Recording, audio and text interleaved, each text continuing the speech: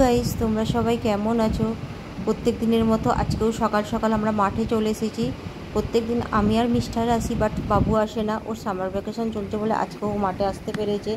কয়েকদিন ধরেই ও মাঠে আসবে বলেছে, যে ছুটি যতদিন আছে আমি মাঠে যাব। এদিকে মিস্টার আর বাবু ক্রিকেট খেলছে আর আমি একটু হাঁটাহাঁটি করছি। মাঠে প্রচুর বাচ্চা, ওরাও একদিকে ক্রিকেট খেলছে। আমি হাঁটার পর একটু বসে পড়লাম, বাড়িতে গিয়েই রান্না করতে হবে, মিস্টার খেয়ে অফিস বেরিয়ে যাবে।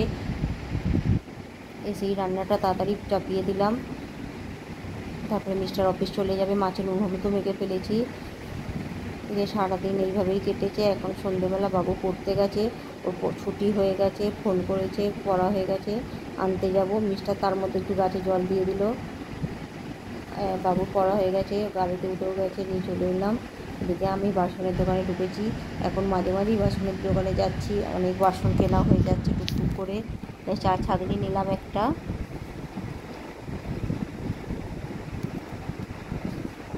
বাড়ি চলে এসেছি, সবজি কাটতে বসে গেছি। সকালের জন্য কিছুটা সবজি কেটে নিলাম, রাত্রে পনির করব।